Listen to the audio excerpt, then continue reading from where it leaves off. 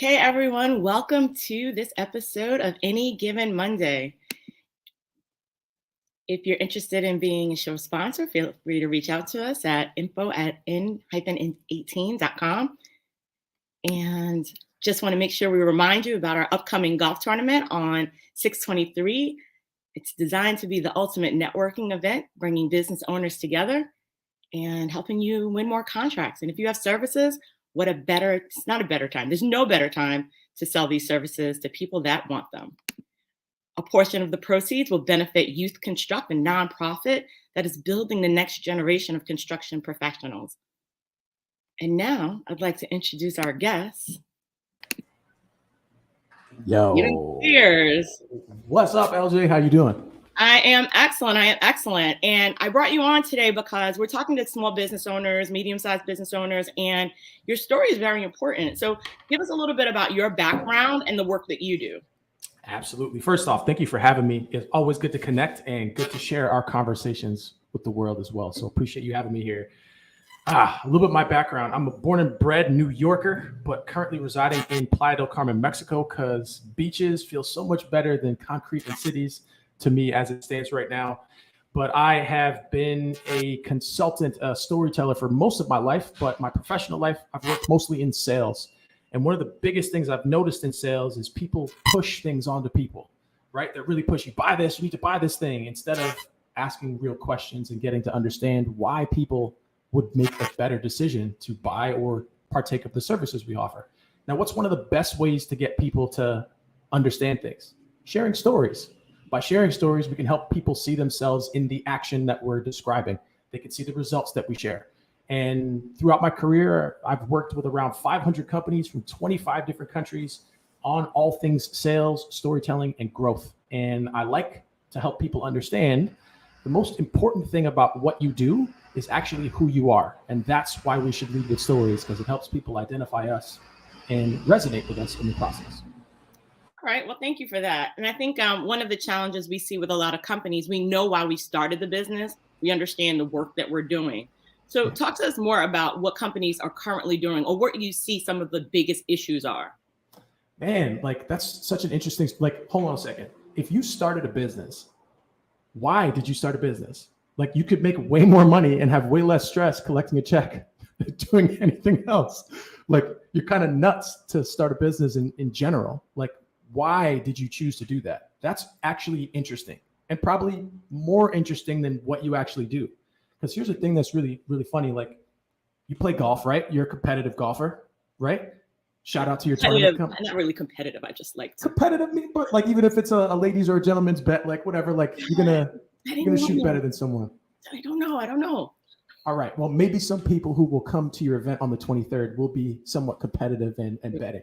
But suffice to say, people do similar things that you do. They play golf, but their reasons behind why they play golf might be different. So in a highly homogenous space where everyone's kind of doing the same thing, how do you differentiate yourself? Well, you could shoot better and be more competitive, of course. You could have a different style of dress, or you could have a better story around why you decided to play golf, and that's your medium. It's a way to be more competitive in a space where everybody's kind of doing the same thing. And when I say the most interesting thing about what you do is actually who you are, because that's the invitation to say, you know what, there's tons of other business coaches or executives or golfers, but I love LJ's story. I resonate with the way LJ talks about life. I like her vision. I like her direction. And that's who I want to go to for this service, because LJ understands what I'm going through. That's the opportunity that most business owners don't take. They're just like, oh, I have these services, buy my services. When it's actually, you know why I started this business?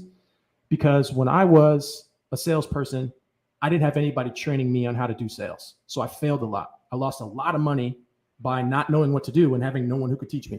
So I started my business so I could be the person that I needed when I started.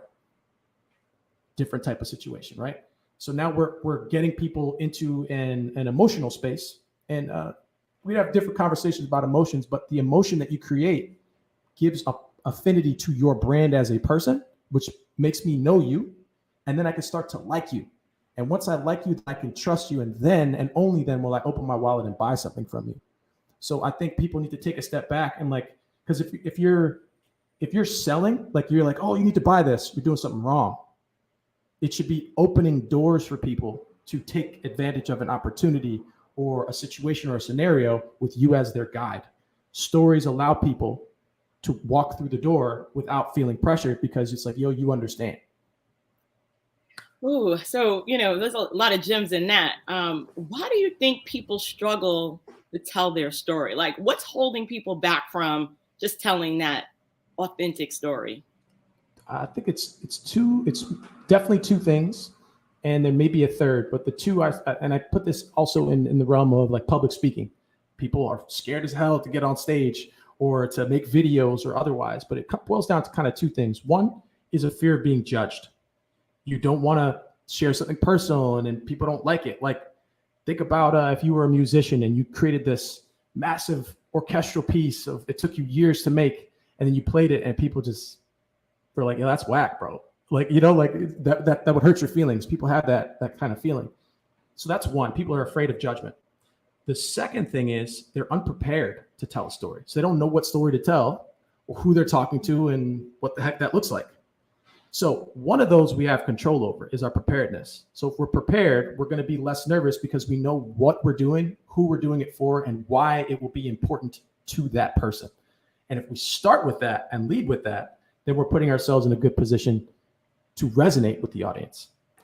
Now, the third reason people don't do stories is because, and I'm running into this a fair amount, right? Like anybody watching, if you went on my feed, I got a decent amount of pictures of myself. I'm telling stories and people are like, oh, I'm not self-important. I don't want to put myself out there like that. And you know what? I completely agree. And believe it or not, I'm an extremely private person. I don't like attention.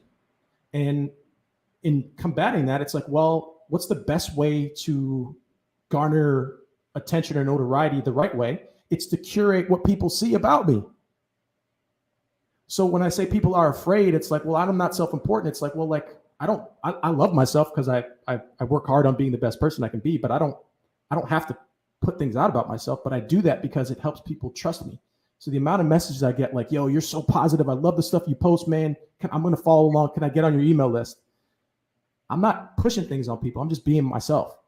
And what I think is also last part on this is because I've curated how people can access a storied version of me, a vulnerable part of me, I'm able to still maintain my privacy while giving value and helping other people be like, you know what, like what I'm going through isn't that bad either. So those are the three. So refreshing that's people are afraid of being judged. They are unprepared and they feel they're going to be self-important when in reality, nobody really cares until they care. So get over yourself. So here, okay, so there are multiple questions that I have from that. So many different directions. Well, first thing, how do you know which story to tell? Because many of us have lived multiple lives, like not even multiple lives. You've just had many things that you've done in your lifetime that leads to this place that you're at, right? And then there are so many people that have different interests. How do you tell a story that resonates with most without like switching it up? Like, hey, yesterday she told me she was a dentist, and today she told me she was like a tap dancing, balloon juggling. Like, what does she do? Yeah, totally. So love this question. So for this exact scenario, I created a framework. I call it superpower storytelling, which I can share at the end and people can download and just prepare themselves. If you want to work on it, holler at your boy and I can help you. But it's a 3x3. So this includes the 3 types of stories you already have that you can use and leverage, the 3 questions you need to ask before you tell a story, and the 3 audiences you're going to encounter before you tell any stories. So let's start with the top. All right. So the top is the audiences. So as a business owner or as an individual, there's typically 3 sectors of people you're going to encounter.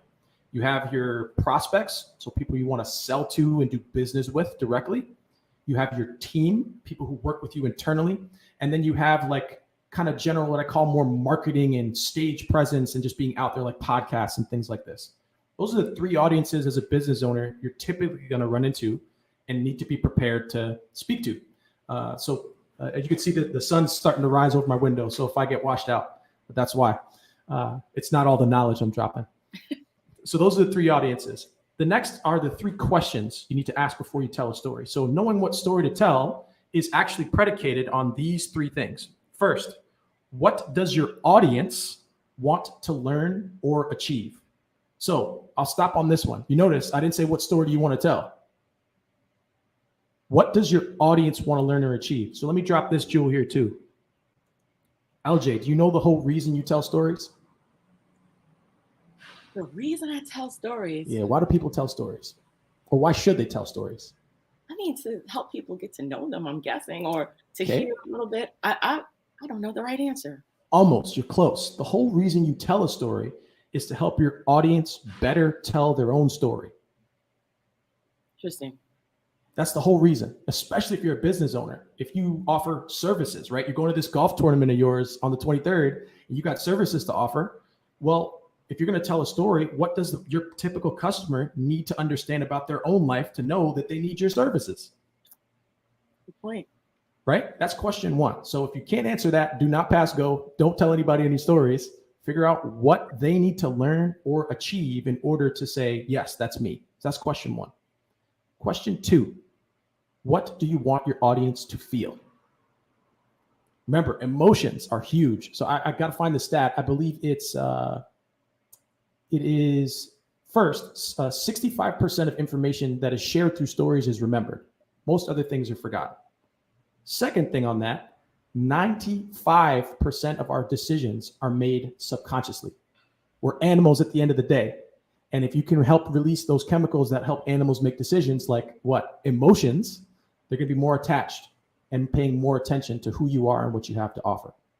So if you're able to label the emotion and find a story that correctly correlates with what they want to learn or achieve, and maybe the opposite emotion of what they like, FOMO or whatever, you're creating that dissonance where who you are and what you offer can fit into that gap.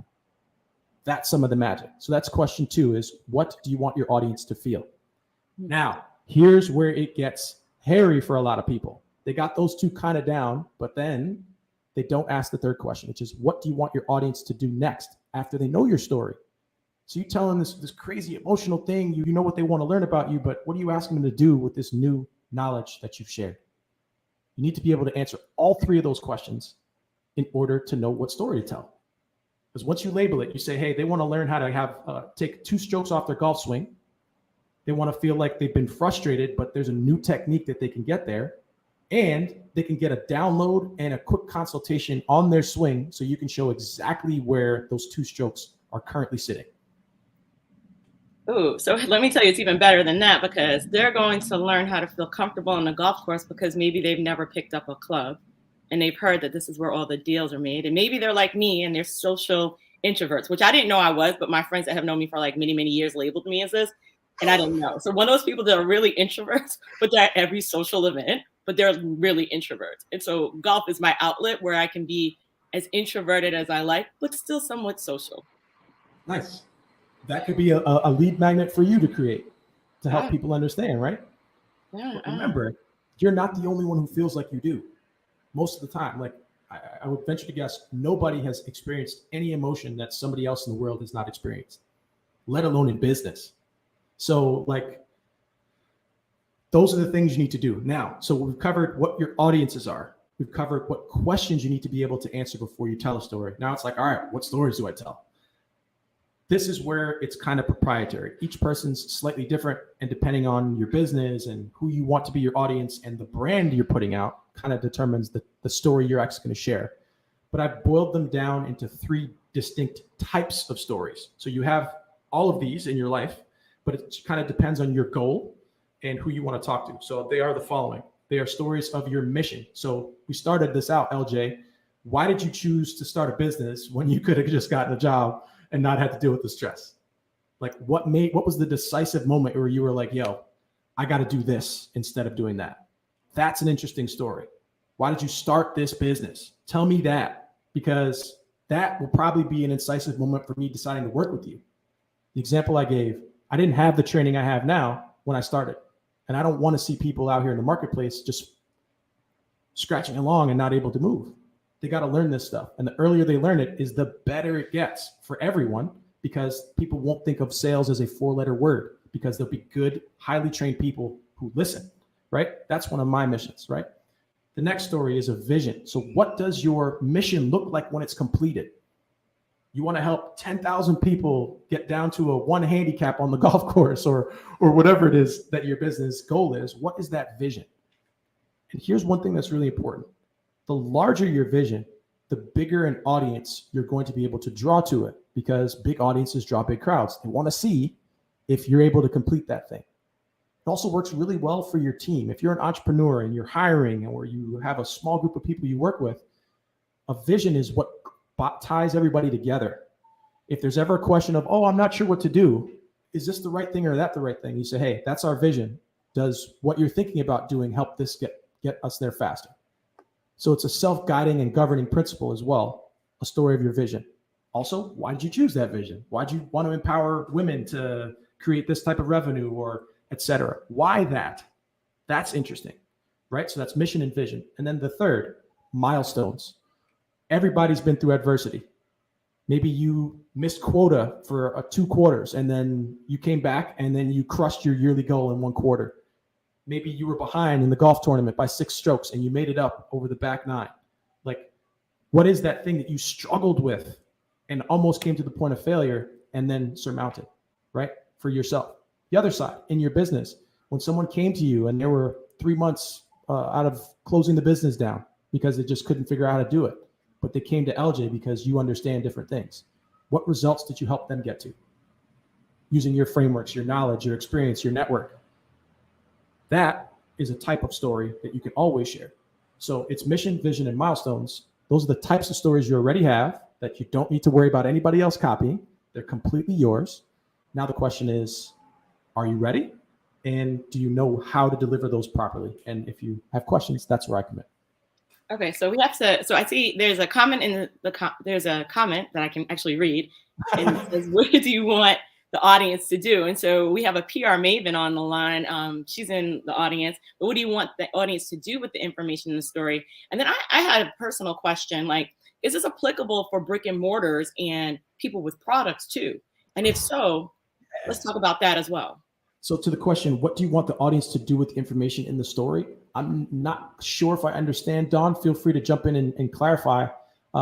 If I'm correct here, it's the call to action. That's right. So like something as simple as follow me on Instagram for more updates on this ever evolving story of me as an entrepreneur.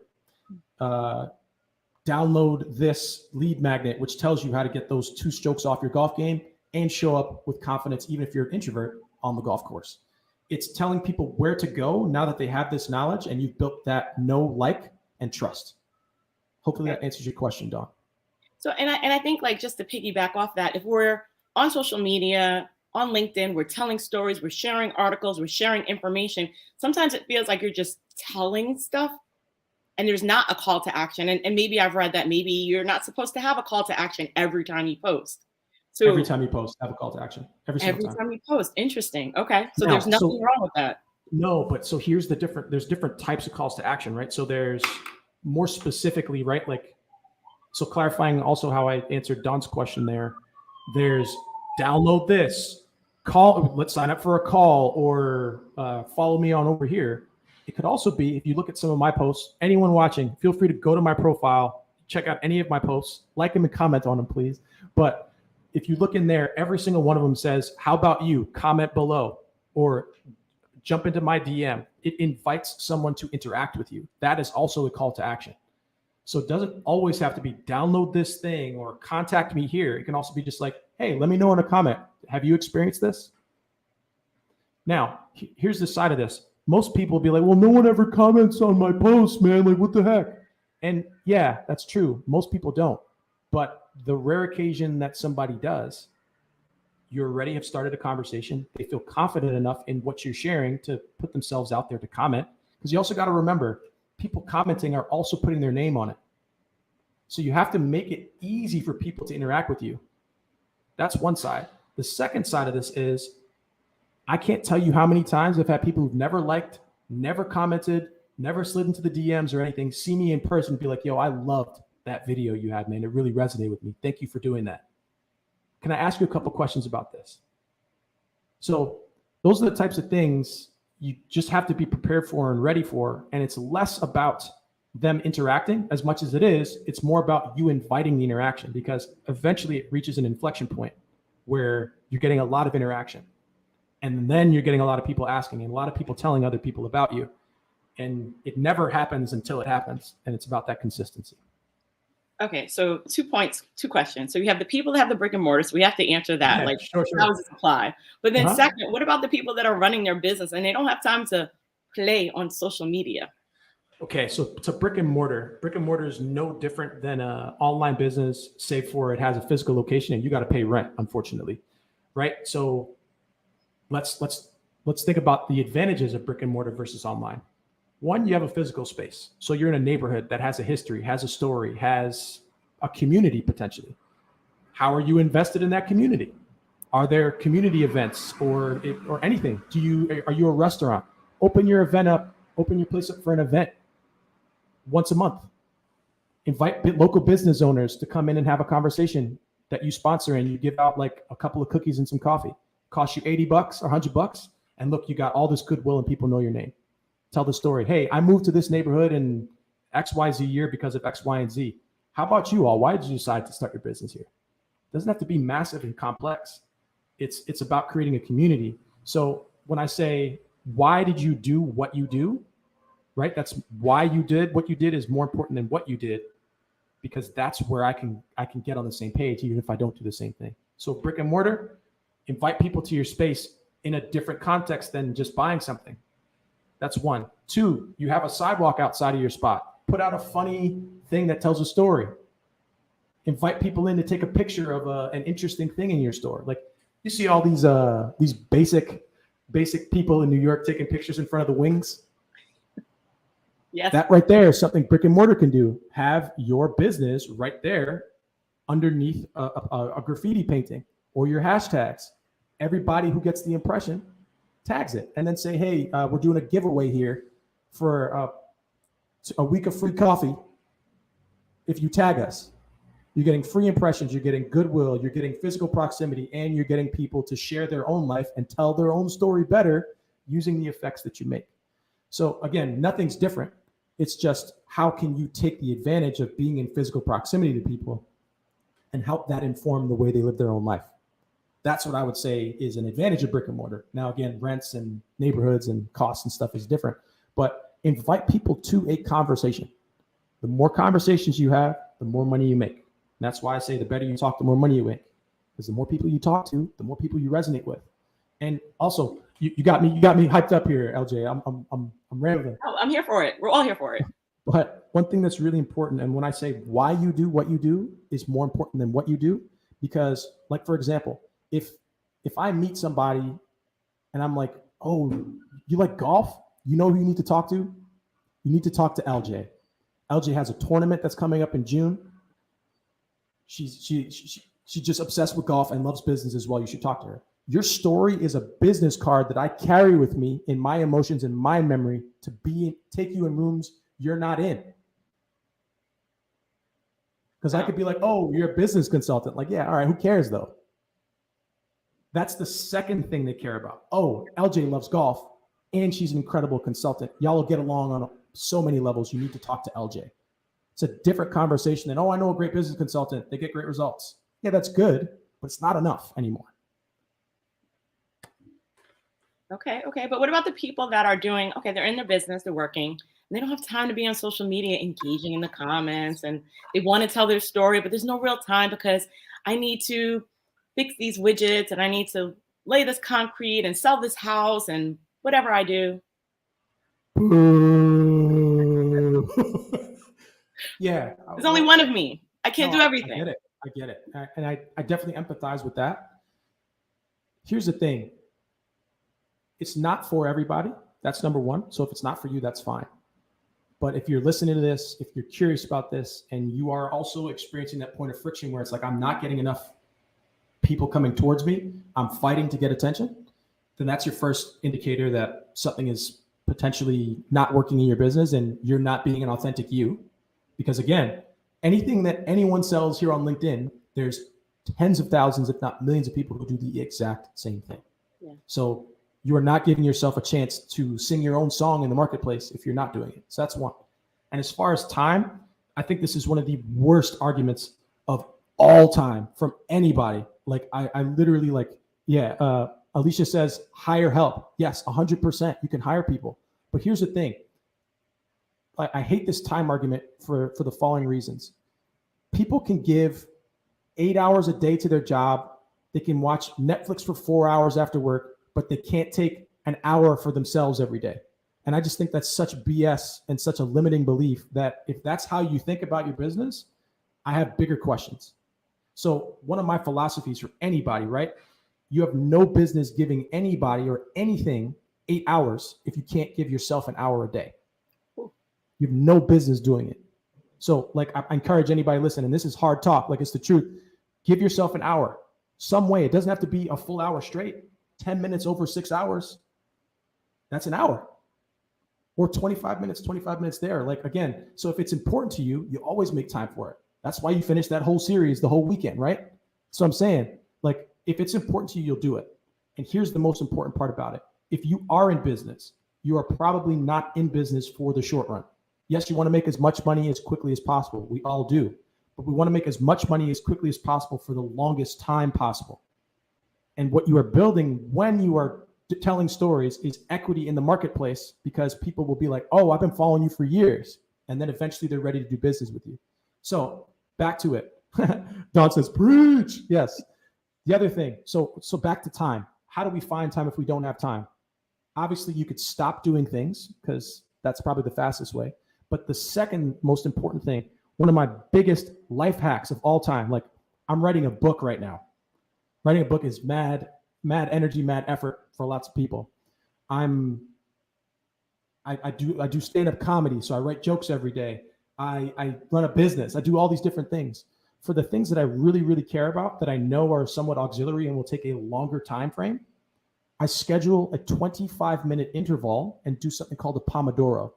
You could set a clock for 25 minutes and you just go do as much as you can for 25 minutes. When the clock goes off, go back to something else.